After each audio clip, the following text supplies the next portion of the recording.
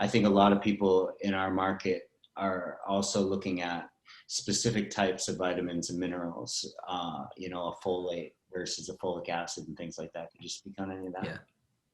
Yeah, and that's a really good example there. There's a few others, and basically when we're formulating the products, the idea is that we want to choose the best forms, and by the best forms, we're basically saying those that have been demonstrated to be most effective, and usually, most well absorbed, but not always, because sometimes the most well absorbed is not necessarily the most effective.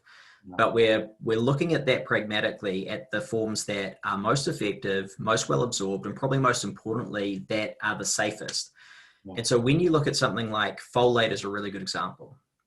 Folate is sort of the lay term we give to the natural forms of the chemical. And by natural in this sense, we're saying this is what is within the body. So this is what is naturally occurring within the body.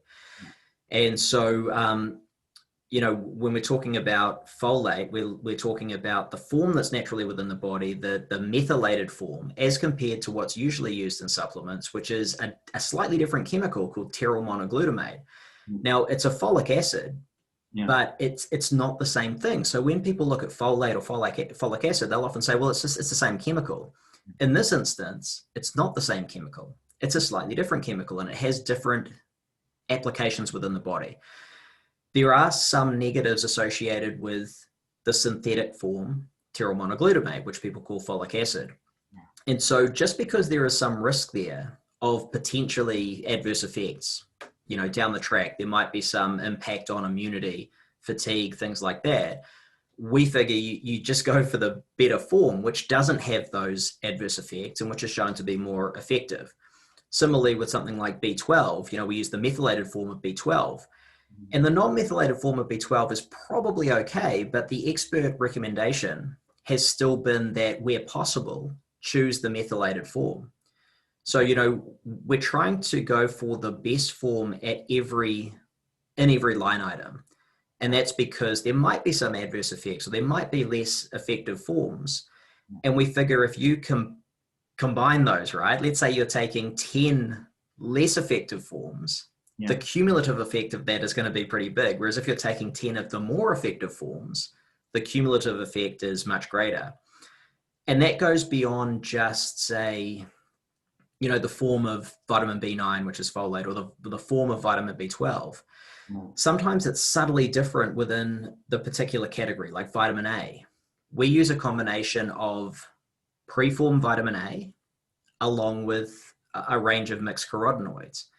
Now, carotenoids like beta carotene can be converted into vitamin A, active in the body, but some people are really poor at that conversion. And so we want to make sure that we have those carotenoids because they have other health benefits as well. But we want to make sure we have enough preformed vitamin A that those people who are poor converters will also get really good outcomes. And we've seen in the research from countries like New Zealand, Australia, and the US that vitamin A is one of those at-risk nutrients in the diet. A lot of people don't actually get enough preformed vitamin A. And if they're a poor converter of carotenoids, they may not get enough vitamin A in the diet overall. So we have things like that. We're also taking in the form that is readily available within the body that doesn't necessarily always require conversion.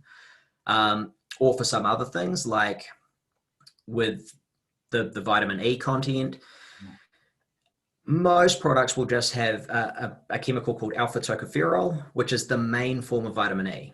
And if you go back maybe 10 or 20 years, that's the form that people said was pretty much the only active form. Now we know that all of the other forms of vitamin E are also active within the body. And it makes sense to take all of them in because they work in synergy. So they have different effects, and it's important to get a matrix of them. And so we include all four of the tocopherols and all four of the tocotrienols. So basically 8 different forms of vitamin E that all work in synergy, basically.